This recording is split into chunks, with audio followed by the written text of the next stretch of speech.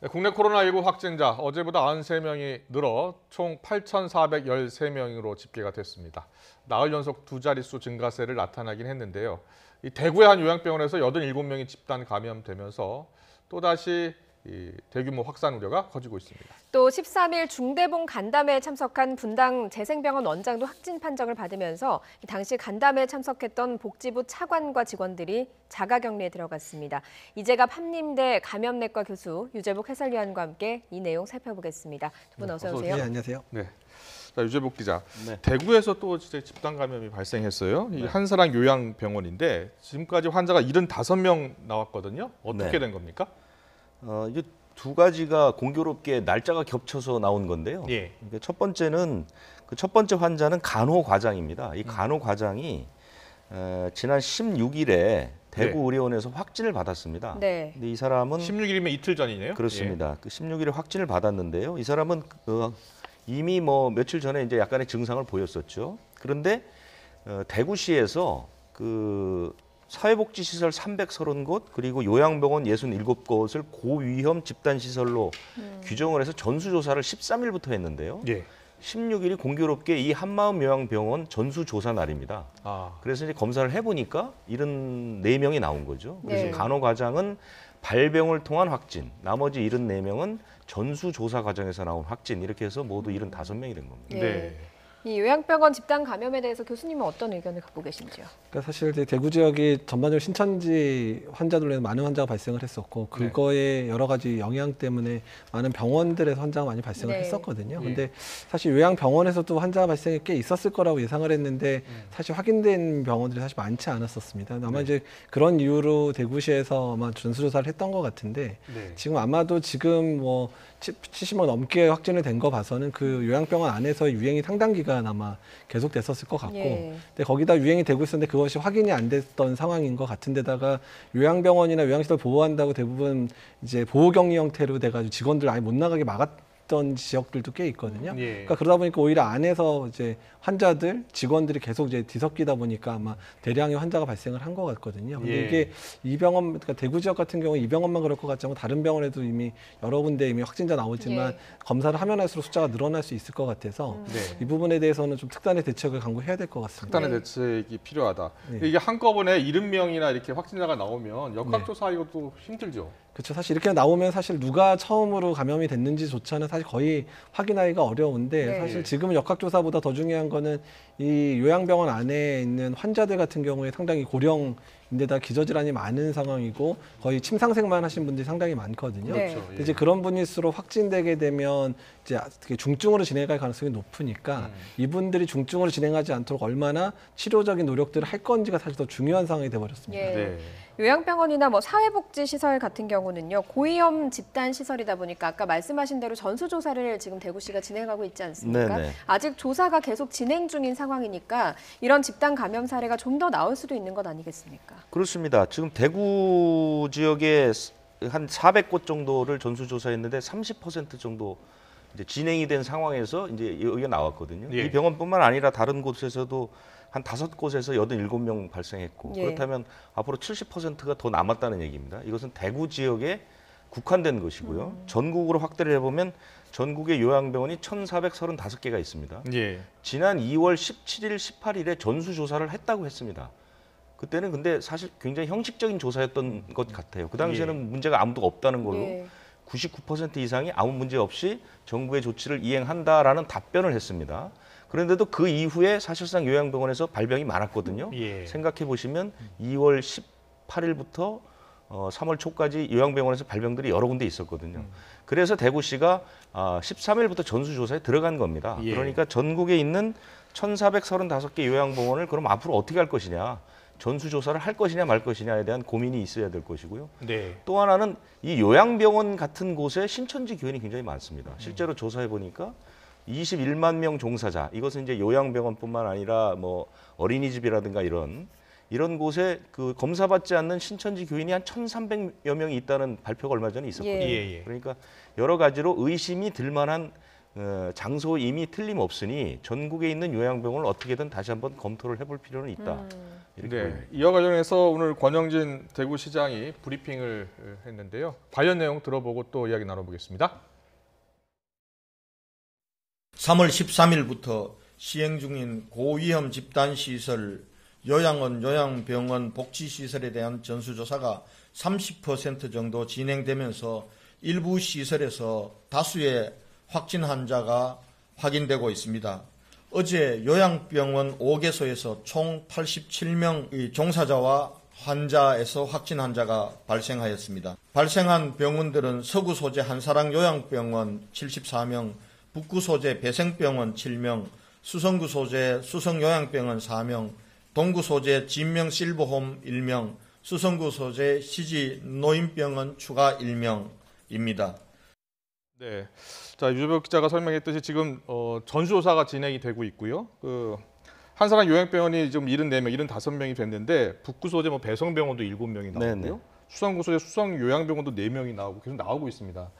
앞서 우리 이재합 교수께서 특단의 대책이 좀 필요하다고 했는데 전국적으로 좀 확대할 필요가 있을 것 같은데요. 사실은 이제 대구 지역은 환자가 많이 발생을 했었었고요. 네. 근데 그 당시에 신천지에 너무 이제 검사나 이런 것들에 대한 이제 그 강화가 되면서 네. 사실 요양병원들이나 이런 요양시설 쪽에 대해서 어떤 면에서는 조금 신경을 많이 못 쓴 측면들이 있었고요. 사실 이 부분이 많이 걱정이 됐었던 부분이어서 일단 대구 경북 지역 같은 경우는 이런 식으로 확인이 필요한데 다른 지역 같은 경우는 일단 이제 폐렴 환자, 그러니까 원인불명 폐렴 환자들에 대한 이제 전수 이제 그 검사는 이미 한번 진행을 했고요. 아, 예. 그리고 이제 다른 지역은 그렇게 많은 환자 발생을 하지 않았기 때문에 다른 지역 같은 경우는 발열 환자 중심으로 감시 계획을 세워야 될 것 같고요. 네, 대구는- 발열 환자 중심으로 예, 먼저. 그다음에 대구하고 경북 지역은 일단은 요양병원들이 초기 결과에서 이렇다 그러면 정말로 전수 전체를 한번 검사를 해보는 게 의미가 있을 가능성도 있습니다. 예.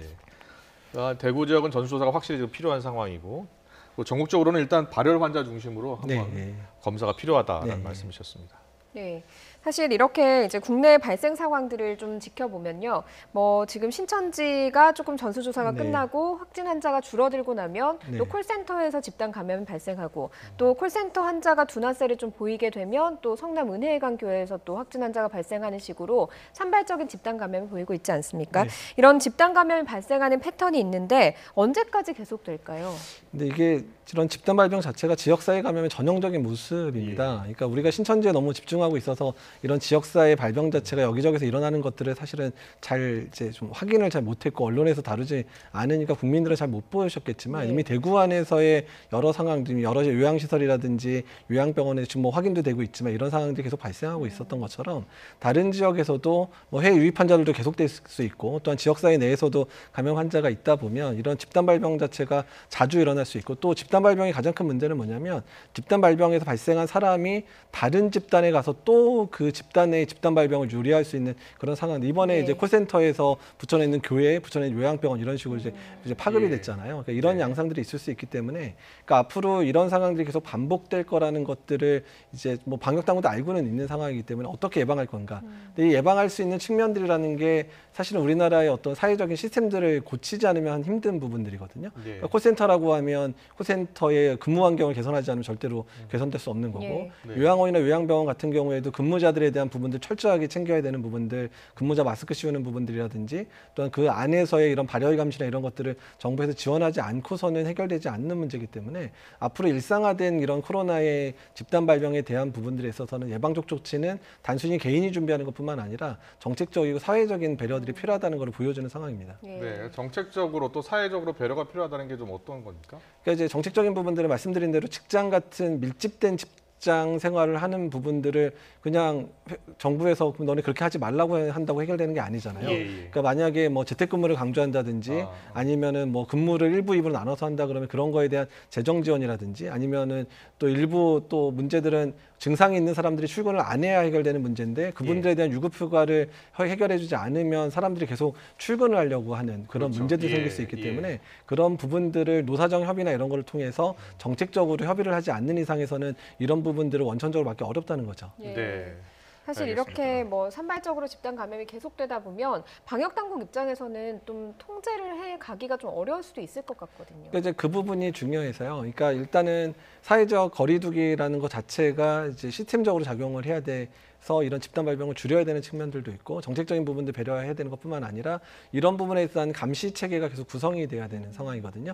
그러니까 만약에 집단 발병이 있더라도 초기 한 2~3명 진단될 때 빨리 확인이 돼버리면 더 숫자가 늘어나는 걸 막을 수 있잖아요. 근데 네. 이미 뭐 증상 있는 사람들 일주일, 열흘 이렇게 돼버리면 50명, 100명 이렇게 환자가 나가니까 일단은 어느 지역이든 간에 이런 상황이 가능하니까 유증상자들이 빨리 이제 방역 당국의 지시대로 1339 연락해서 빨리 진단을 받는 체계로 들어오게 되면 이제 발생하더라도 숫자를 줄일 수 있는 측면이 되기 때문에요. 네. 그러니까 그런 부분들을 훨씬 더 강조해야 될 시기입니다. 네, 정책적 배려, 또 사회적 배려. 재택근무 뭐 하고 싶어도 또 월급을 안 준다 그러면 안 되니까요. 그리고 이 병원은 이제 치매 전문 병원이거든요. 예. 치매 전문 병원인데 치매 병원 전문이라서 그런지 그 병실이 전부 대형 병실입니다. 네. 그러니까 8인실도 있고요, 7인실, 6인실 이런 식으로 돼 있고요.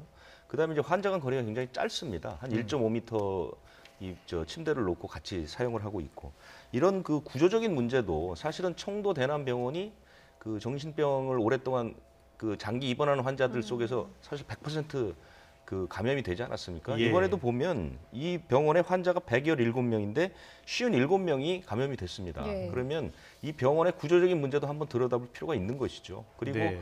이 병원도 마찬가지로 열흘 전부터 이 직원들 사이에서 증상들이 나타났는데도 불구하고 그대로 근무를 했거든요. 그러니까 아까 우리 이 교수님 말씀하신 것처럼 다각적인 측면에서 이번 기회에 뭔가 고칠 것들을 확실히 고쳐놓을 필요가 있다고 보입니다. 예. 요양병원 같은 경우에는 그동안 정부 아주 유심 있게 지켜봤고요, 관심 있게 지켜봤고 또 일부 요양병원 또 코호트 격리를 또 자체적으로 하고 그러지 않았습니까? 그렇습니다. 예. 그럼에도 불구하고 일단 감염자가 그 직원이든 환자든 발생을 하게 되면 구조상 코호트 격리라는 건 외부하고 격리를 시키는 것이지 그렇다고 해서 내부적으로 감염이 번지지 말라는 건 아니거든요. 그렇죠. 그러니까 예. 아마 조금 더 심도 깊은 연구 또는 조정이 필요할 것 같습니다. 예. 예. 그리고 오늘 지금 대구 17살 소년 사망 사건과 관련해서 이 폐렴 증세가 있는 네. 환자였었던 것 같은데요. 지금 코로나19와 관련성이 있는지 검사가 진행 중이라고요? 그렇습니다. 만약에 이제 이 소년이 이 코로나19 검사 결과 이제 양성 판정이 나오면 어쨌든 코로나19로 사망한 아주 나이 어린 소년이 네, 되지 예. 않습니까? 예. 그럼 사실상 그 우리나라에서는 처음 있는 일이 되기 때문에 관심들이 많은 것 같은데요. 네.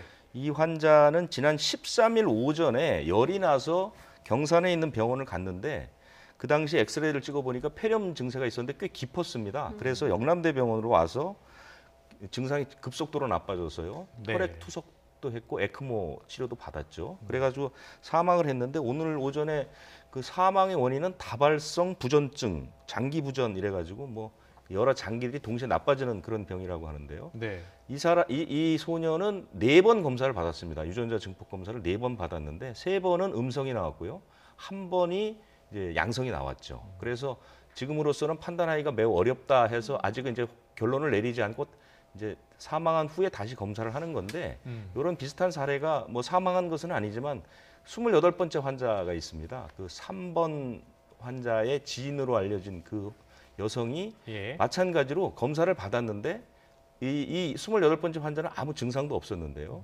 중국으로 그러니까 14일간 격리를 하고 13일째 되는 날 중국으로 돌아가기 위해서 마지막 검사를 받았는데 양성이 나왔거든요. 아. 이제 그때 방역 당국의 설명은 뭐냐면 이 28번째 환자는 그 음성과 양성을 가르는 기준점에서 항상 그 수치가 나왔다는 것이죠. 뭐 그 기준점을 35라고 하면 뭐 32도 나왔다가 34도 나왔다가 37도 나왔다가 이런 식으로 나오니까 음성과 양성을 가리기가 굉장히 어렵죠. 그래서 추가 검사를 했는데 역시 약하나마 양성으로 판정을 받은 것이죠. 하지만 그 환자는 그리고 나서 별다른 치료 받지 않고 완치를 해서 돌아갔습니다, 중국으로. 예. 그러니까 이 소년도 뭐 그렇게 될 가능성도 있는 것이고요. 네. 그래서 아직까지 결과가 나오기 전에 미리 예단할 필요는 없어 보입니다. 네. 최종 예. 검사 결과가 나와야지 알겠습니다. 예.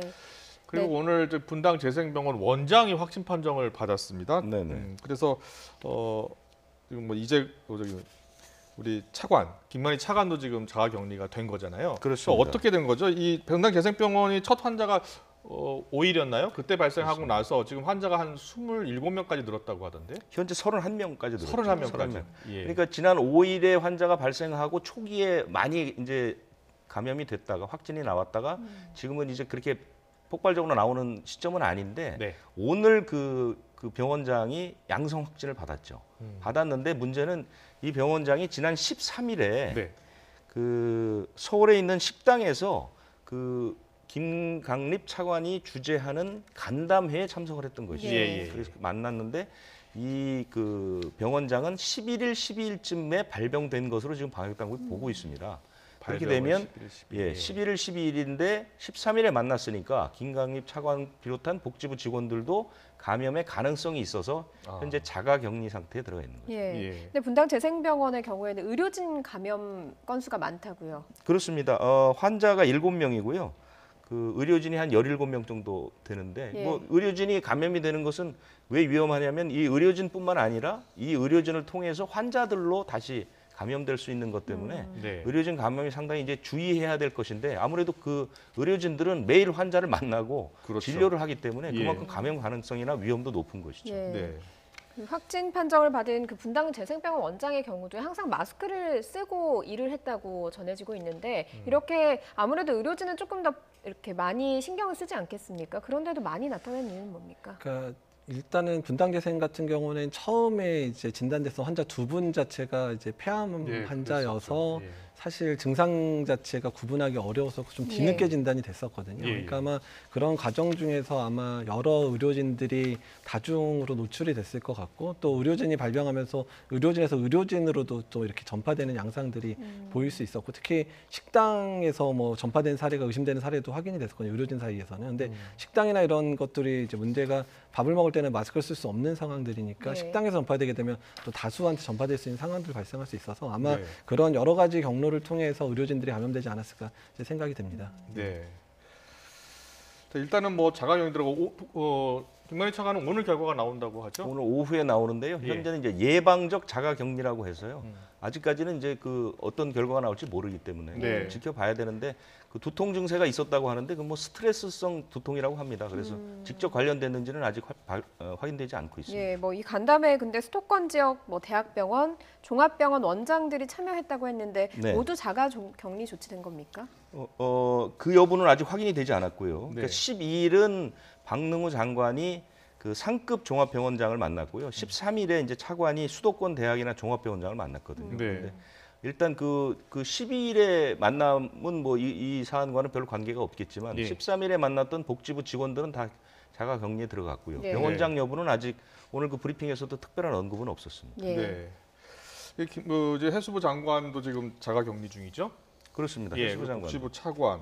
뭐 예방적 차원이긴 합니다만 이제 컨트롤 타워 재난 대응할 때 이제 컨트롤 타워 굉장히 중요한 역할을 하는데 그렇습니다. 이 부분 좀 빨리 좌우로 아무튼 음성이 나왔으면 좋겠는데요. 외국을 보면 이란이나 예. 이런 나라들 그리고 이제 유럽에는 뭐 정말 많은 사람들 이란은 뭐 전체 국회 그 나라의 국회의원 가운데 예. 20몇 명이 이제 확진을 받았다고도 하고요. 네. 부통령, 보건복지부 차관도 뭐 감염이 돼서 사실은 그런 분들은 그분들이 하는 역할이 전체적인 방역을 진두지휘해야 하는 사람들 아닙니까? 예. 그러니까요. 김강립 예. 차관은 사실 매일 브리핑을 통해서 매일 아침에 보시잖아요. 네. 이런 분들이 이런 그 감염이 되게 되면 사실은 엄청난 손실이 있기 마련이죠. 그래서 예. 좀 더 철저하게 그 검역을 하고 예방을 해야 될 것 같습니다. 네.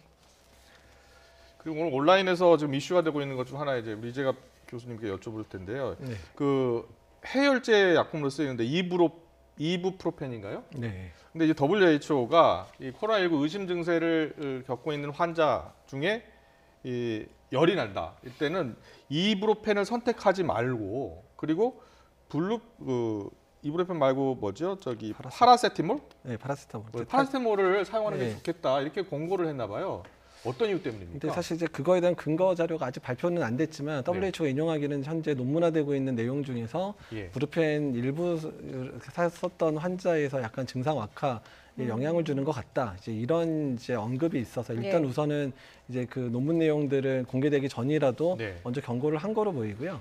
그다음에 파라세타몰은 이제 타이레놀, 우리가 알고 있는 타이레놀의 가장 주성분이고 유럽에서 파라세타몰로 부르거든요. 예. 그래서 파라세타몰 성분도 해열제 성분인데 파라세타몰 성분하고 이 브루펜 성분이 전체 해열제 시장의 거의 반반을 차지하고 있는데 우선은 이제 파라세타몰을 무선성이 낮겠다 정도의 언급이 있는데 자세한 이유는 아직까지 지금 달려 있지는 않습니다.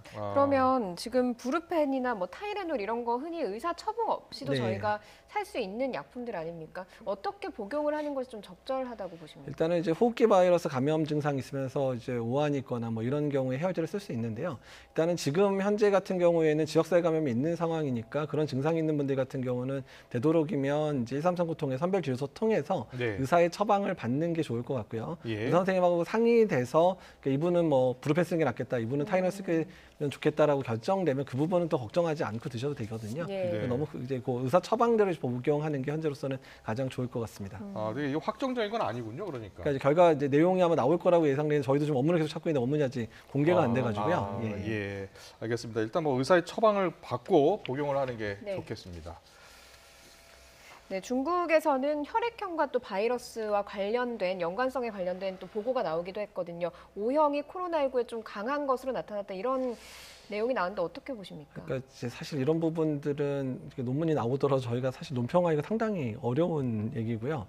그러니까 그 부분에 대해서 통계적으로 아마 의미가 있다고 나온 거겠지만 그게 어떤 기전인지 이런 게 설명이 없을 수도 있고 또 그 거기에 해당되는 환자 숫자 자체가 많지가 않다 네. 보면 통계적으로 일단은 이제 약간 좀 분석을 하면서 오류가 발생할 수 있는 가능성이 높기 때문에 이 네. 부분들은 조금 더 좀 대규모 연구라든지 이런 것들을 보고 다시 말씀을 드려야 될 상황이라 제가 사실 코멘트하기 상당히 어려운 예, 내용입니다. 알겠습니다. 네.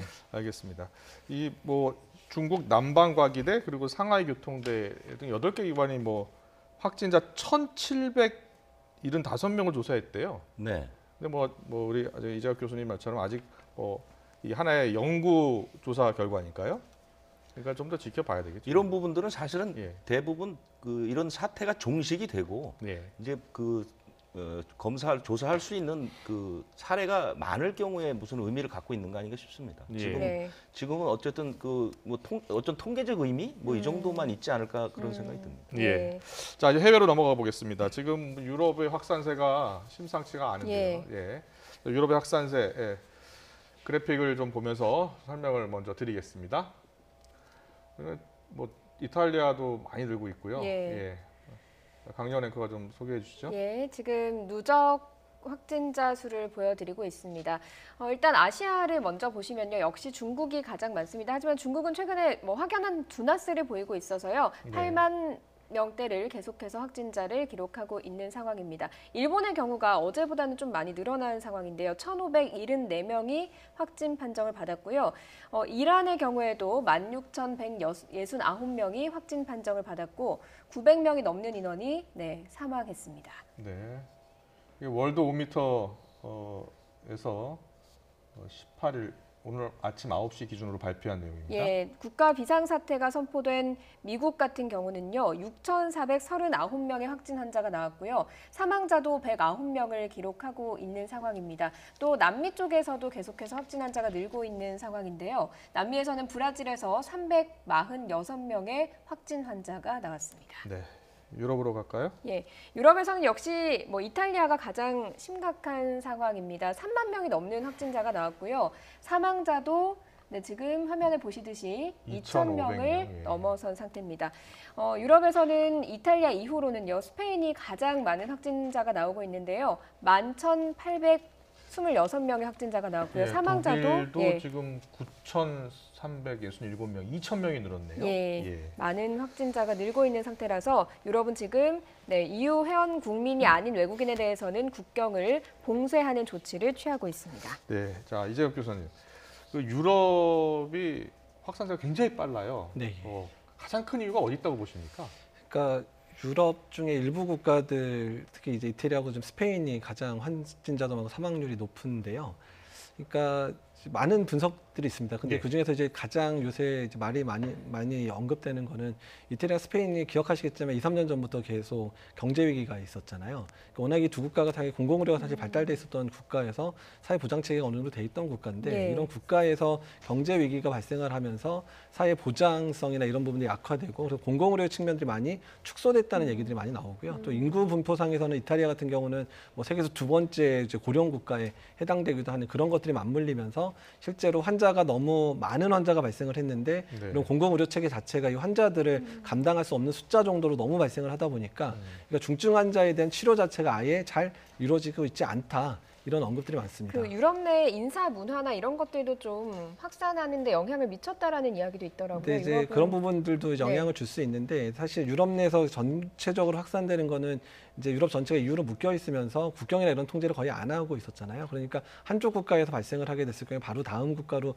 넘어가는 게 확산이 빠를 수 있는데 문제는 각 국가마다 단위로 의료 체계는 돌아가는데 이런 EU 전체가 버퍼가 돼서 특정 국가에서 환자가 많을 때 어떤 의료 시스템들을 돕거나 이런 부분들이 상당히 약하거든요. 예. 그러니까 그런 부분들이 오히려 상당히 문제가 되는 우리나라만 해도 대구 문제 되면 다른 지역의 의료진들이 막 가서 도와주는 이런 부분들이 그렇죠. 가능한데 예. EU는 막상 국가별의 의료 시스템 내에서는 그런 부분이 서로 도움을 많이 못 주는 상황이다 보니까 네. 그런 부분에 영향을 줬을 가능성이 높습니다. 유럽연합이 사실 한 나라를 지향하지 않습니까? 네. 화폐도 같이 쓰고요. 그런데 지금 이 국경을 다 막고 있거든요. 이게 이게 방역에 효과적이라고 보십니까? 그러니까 이미 확산될 만큼 확산된 상황에서의 국경 봉쇄가 얼마나 의미 있을지 잘 모르겠습니다. 그 부분은 예. 지금 뭐 논할 수 있는 부분들은 아닌데요. 네. 다만 유럽 내에서의 확산세가 이제 계속되는 상황에서는 그 부분들을 어떻게 통제할 건가에 대한 전략적인 접근들이 필요하거든요. 네. 그러니까 이태리 같은 경우도 너무 확진자 수가 늘어나면 이 확진자 수가 늘어나는 걸 꺾을 수 있는 뭔가의 이제 정책적인 부분들이 필요한데 이미 그런 정책적인 수단이 작용하기에는 이미 타이밍이 늦은 게 아닌가라는 생각이 들고요. 예. 네. 사실 영국 같은 경우에 초반에는 그냥 확진 환자 나오는 대로 먼저 치료하겠다 이런 식으로 나오다가 어제 갑자기 급변했는데 이유가 그냥 확진 환자 나오는 대로 그냥 그러니까 중증 환자만 치료하겠다는 전략을 했더니 앞으로 뭐 확진 환자 찾아내서 격리하고 뭐 학교도 쉬고 뭐 사회적 거리두기 같은 거를 제대로 안 했을 경우에 뭐 앞으로 6개월 동안 150만 명 이상의 사망자가 나올 수도 있다 뭐 이런 통계들이 나오면서 급진적으로 바뀌면서 우리나라처럼 열심히 환자 찾아내고 격리하고 뭐 학교도 휴교하고 이런 식으로 영국이 갑자기 정책을 틀었거든요. 예. 그래서 이제 이런 사회적인 여러 가지 노력들이 같이 동반되지 않으면 이런 상황들을 조절하기 어렵겠다라는 예. 부분들이 계속 보여주고 있습니다. 뭐 세계 곳곳에 우리 교민도 많고 유학생도 좀 많지 않습니까? 네. 유럽의 경우에는 조금 더 걱정되는 상황인 것 같거든요. 그렇습니다. 당장 이제 들어오고 싶어 하는 교민들이 상당히 많죠. 그런데 우리 정부의 기조는 그 나라에서 항공편을 스스로 마련하기 어려운 나라는 우리가 전세기 같은 걸 띄웁니다. 이란이 그렇습니다. 이란은 전세기가 가서 일단 이란에서 제3국으로 교민들을 옮긴 다음에 거기서 우리 전세기를 가지고 들어오는 방식으로 추진이 되고 있고요. 나머지 국가는 사실은 교통편이 남아있기 때문에 그거는 이제 교민들이 스스로 알아서 해야 되는데 이탈리아는 지금 교민들이 들어오고 싶어하는 사람들이 많아서 대한항공하고 협의를 해보니까 예. 대한항공에서 비행기를 띄우는 조건이 200명 이상 타면 상업적 운항이 가능하다는 거죠. 예. 그러니까 200명 이상만 그 지원자가 있으면 대한항공이 비행기를 띄울 수 있다는 겁니다. 그래서 조사를 해보니까 230명 가량이 들어오겠다고 의사를 밝혀서요. 네. 대한항공에서 아마 비행기가 들어갈 것 같고요. 필리핀이 지금 상당히 큰 문제입니다. 거기 한 6천만 명이 사는 루손섬 전체를 통제를 다 해버렸거든요. 비행기나 이런 것들도 다 막아버렸는데 그래서 이제 거기는 어떻게 되냐면 그 대한항공에서 비행기를 보낼 때 그 원래 예약했던 비행기보다 큰 비행기를 보냅니다. 원래 200인승 비행기가 갈 거면 300인승을 보내고 이런 식으로 해서 이제 상당히 그 좌석수를 늘려서 들여오는데요. 예. 들여오려고 하는 우리 교민이 10,000명이 넘습니다. 그래서 필리핀 문제는 좀 심각한 상황이죠. 예. 19일 이후에는 외국인이고 내국인이고 루손섬을 나가지도 못하고 들어오지도 못하는 그런 상황. 예. 이 유럽 국가도 그렇고요. 지금 곳곳에 전 세계에서 계속 이제 확산하고 있는 추세 아닙니까? 네. 유럽 같은 경우에는 말씀하신 것처럼 확산세가 너무 빠르니까 네. 아예 그냥 그 방역은 포기하고 치료에만 집중하는 국가도 생기고 있어요. 이게 어떻게 봐야 되나? 이게 뭐 스웨덴 같은 경우에 지금 사실상 뭐 역학조사도 포기했다고 하는데요. 근데 이제 어제 아까 말씀드린 그 임페리얼 예. 칼리지에서 발표된 그런 자료를 보게 되면 그러니까 중증 환자만 치료하겠다는 전략 자체가 오히려 중증 환자가 너무 많아져가지고 그 시스템 자체가 중증 환자를 치료할 수 없는 상황을 만들어서 오히려 중증 환자 치료의 기회를 놓칠 수 있게 한다라는 예. 부분이어서 환자 발생을 완만하게 하는 전략들을 취하라고 돼 있습니다. 그것들이 이제 완화 전략이라고 하는데 예. 그게 가장 대표적인 전략으로 삼은 게 조기에 진단하고 조기 격리시켜라. 그 다음에 사회적 거리두기를 강화해라. 그 다음에 학교들을 일단은 이제 휴업을 해가지고 이제 사람들이 많이 모일 수 있는 기회를 차단해라. 이 모든 것들을 잘 적용해서 전국의 75% 정도의 사람들이 그런 사회적 거리두기를 완성을 하면 그 환자의 발생 곡선이 완만해진다라는 얘기들이 있거든요. 예. 이제 그 부분들을 포기하게 되면 정말로 중증 환자 많아져가지고 의료 시스템 자체가 감당할 수 없는 상황을 만들 수도 있습니다. 네. 아, 걱정입니다. 유럽의 뭐 의료 수준 같은 경우에 상당히 높은 편이잖아요. 네. 그러니까 사실은 중증 환자가 어느 정도만 나오면 치료가 가능한데 이게 그 한도를 넘어버리면 네. 상당히 사망자가 크게 늘 것 같은데. 그러니까 이제 유럽 아까도 좀 언급이 됐지만 유럽이 다른 작은 국가들이 모여 있는 체계잖아요. 예. 그러다 보니까 그 안에서 만약에 지금 뭐 이미 뭐 중환자실에 이미 다른 이유 때문에 중환자 치료를 받고 있는 사람들이 있을 거 아니에요. 그러니까 거기에 초과 수요가 발생하는데 그 초과 수요가 남아 있는 병실을 초과해 버리면 중환자실에 들어갈 자리가 없는 거죠. 그렇게 되면 환자들 중에 일부는 치료도 못 받고 사망하는 일들이 예. 발생하는 건데 이미 좀 이태리 안에서 그런 일이 벌어지고 있는 건데 그런 국가들이 좀 갈수록 늘어나고 있기 때문에 조금 더 우려가 되고 이렇게 되면 사실 중국보다 사망률이 훨씬 높을 가능성이 높아지고 있어서 오히려 유럽이 훨씬 더 좀 걱정이 많은 상황입니다. 예. 네, 알겠습니다. 유럽 주목을 해야 될 것 같습니다. 지금 뭐 이탈리아는 계속 3,000명 이상씩 확진자가 네. 늘고 있고요. 독일도 지금 2,000명 넘게 늘고 있습니다. 여기까지 듣도록 하겠습니다. 이재갑 한림대 감염내과 교수님 그리고 류재복 해설위원이었습니다. 오늘 말씀 잘 들었습니다. 네, 감사합니다.